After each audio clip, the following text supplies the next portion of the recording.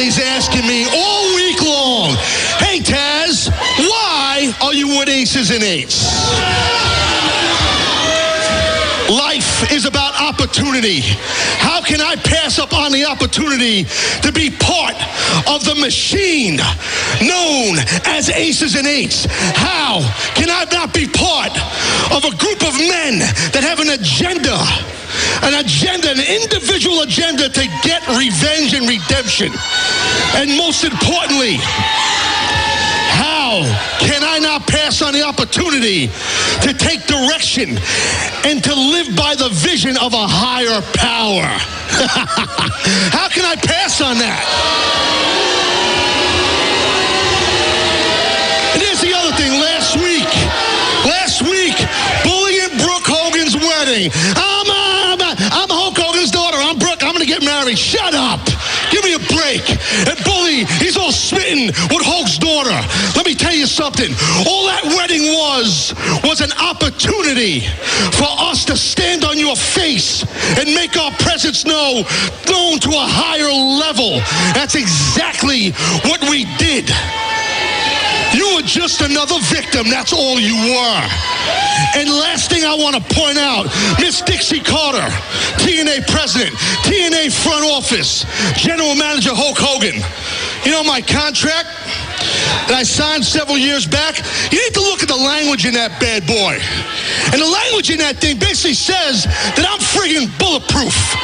If somebody touches me, if somebody puts a hand on me, one stinking finger on me, I will own this friggin' place. I'm Teflon. I'm Teflon Taz. So to sum this thing up, we are Aces and Eights.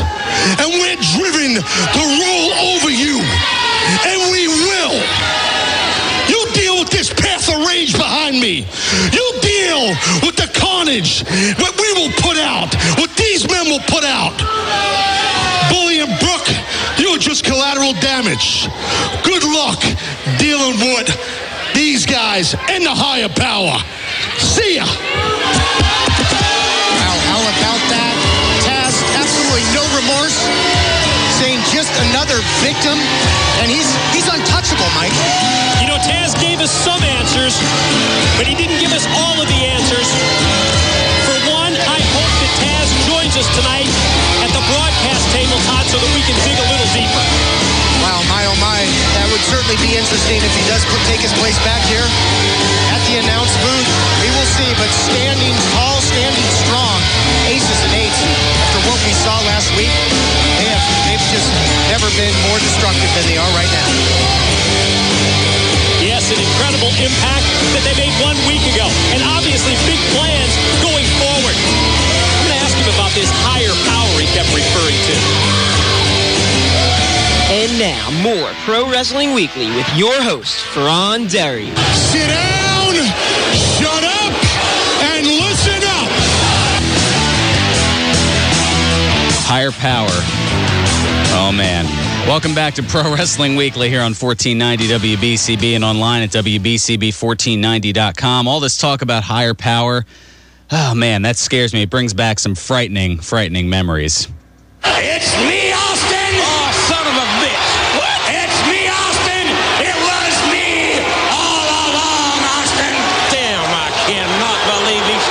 Yeah, I don't know if we're necessarily going to go that route, although that would probably be the ultimate swerve of all if somehow, gosh, 13, 14 years later now, that somehow Vince would be the higher power again for a completely different company that he doesn't even own, although some would say yet.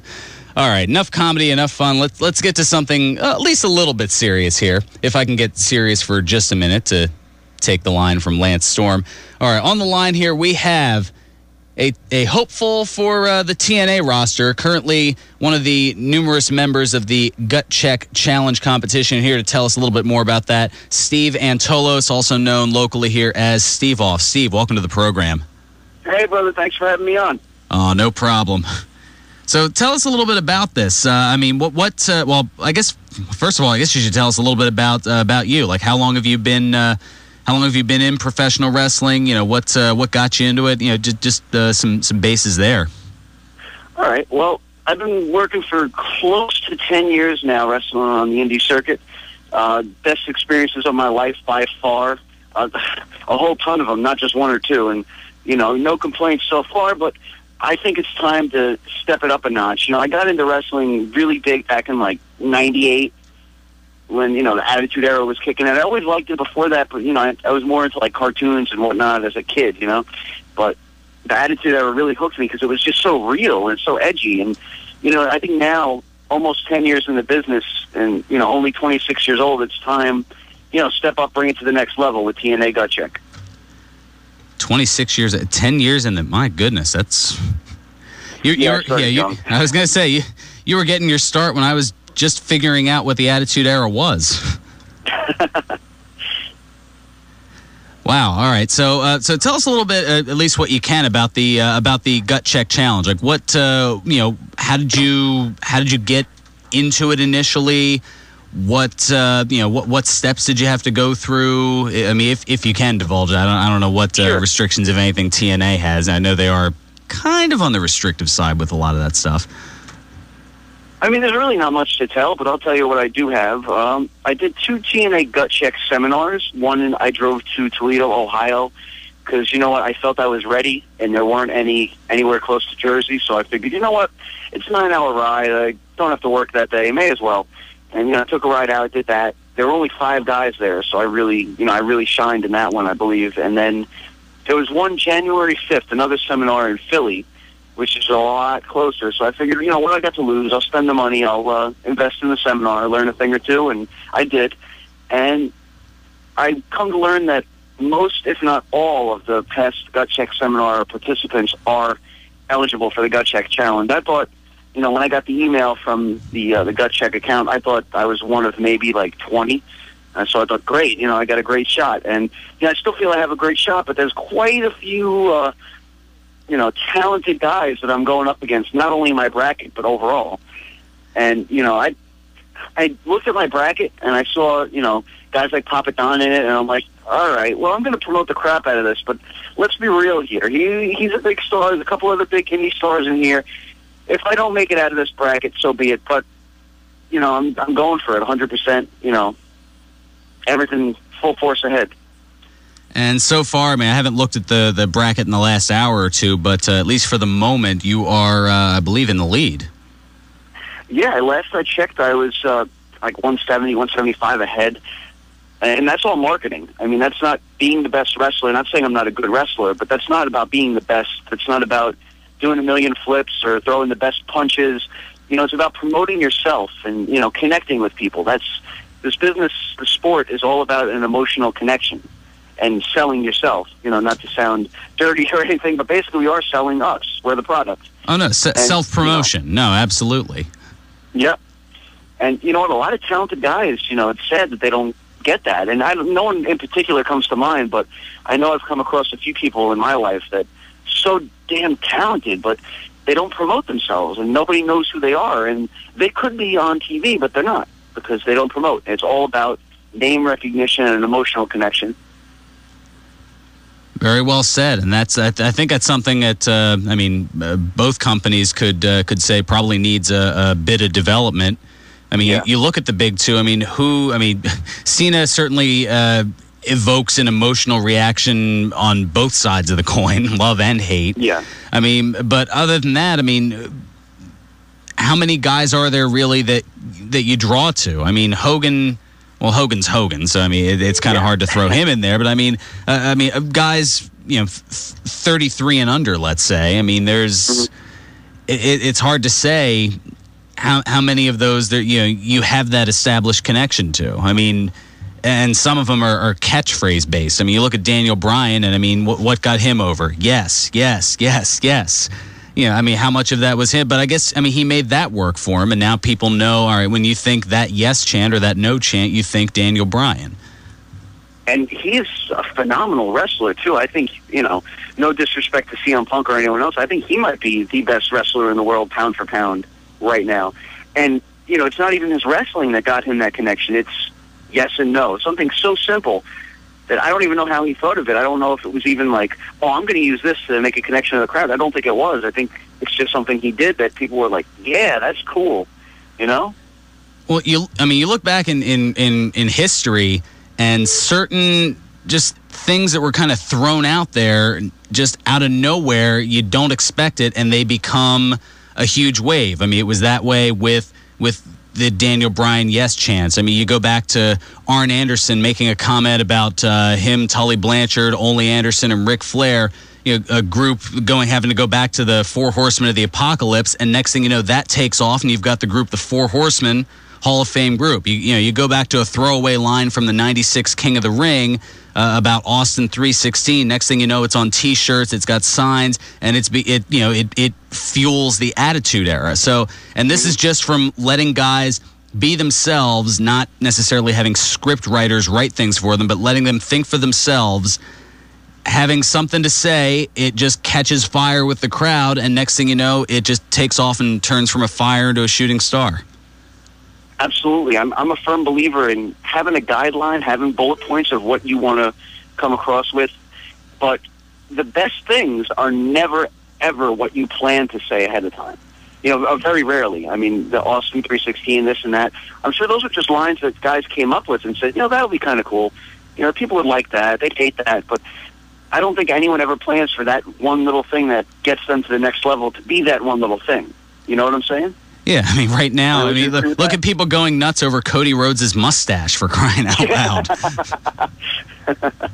that thing, if I had kids, I would never let them go near that man just because of that mustache. He's probably a nice guy, but no.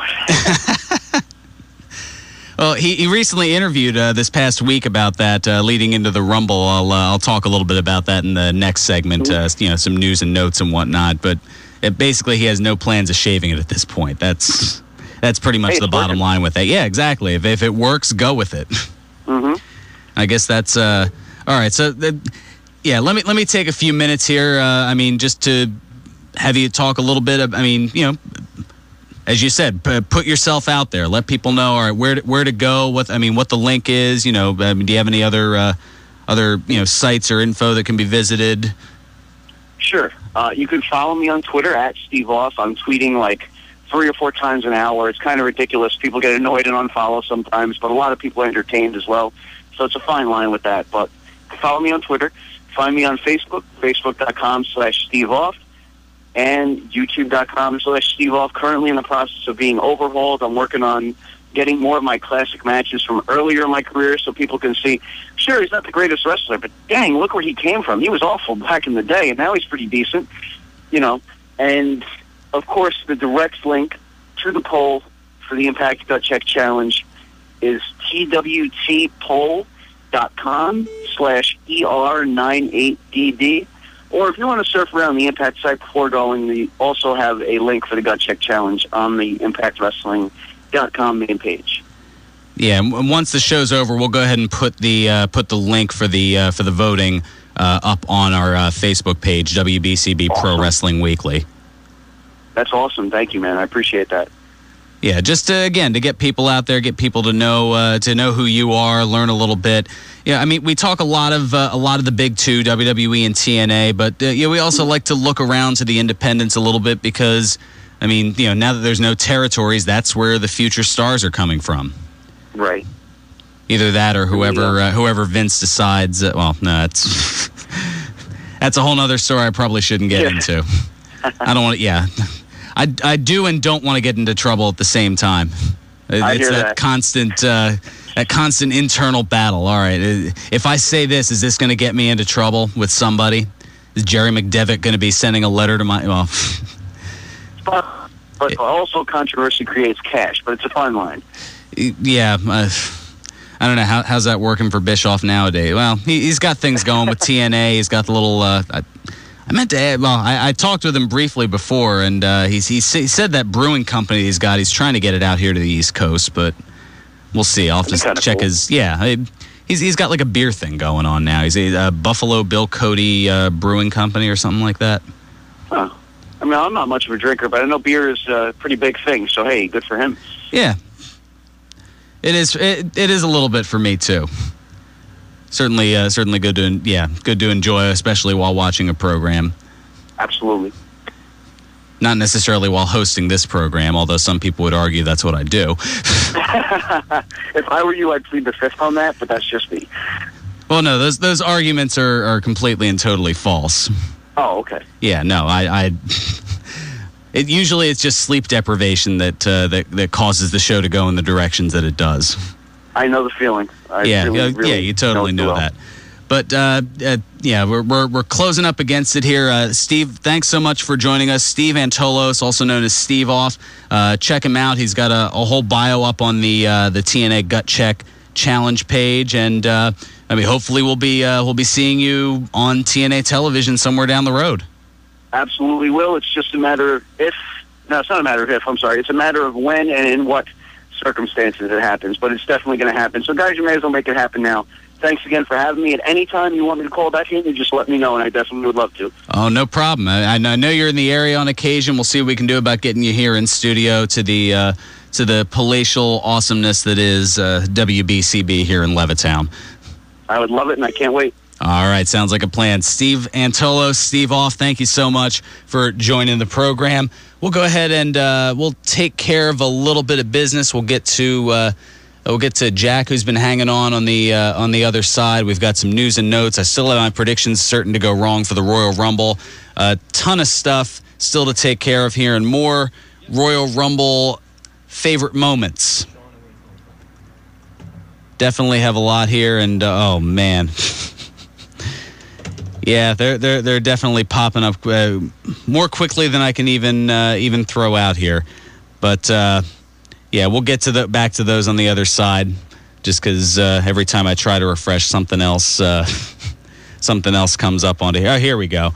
All right, Chris chiming in. The number one entrant in 2004 with his gritty performance to outlast 29 other men. JR's call at the end gave me goosebumps. Yeah, I said it. You knew somebody had to reference Benoit in there, and he's not persona non grata on this show, even if Vinnie Mac has other thoughts. Also, Evan, longtime caller, chiming in. Cena and Batista messing up the end of the match, forcing Vince to come down to the ring. It's a shame, though, because he hurt both his knees. Yeah, he injured himself running to the ring. I guess that's what happens when you don't have a warm-up necessarily going on. All right, we'll get to Jack and Sean on the other side. We'll have room for you, too. 215-949-3232 or toll free at 888-922-2149. Those are the ways to reach us. There's also the Facebook feedback, the Facebook fan page, WBCB Pro Wrestling Weekly. And, of course, archives of the show are on YouTube. Just look for username Pro Wrestling Weekly. This is Pro Wrestling Weekly here on 1490 WBCB and online at WBCB1490.com.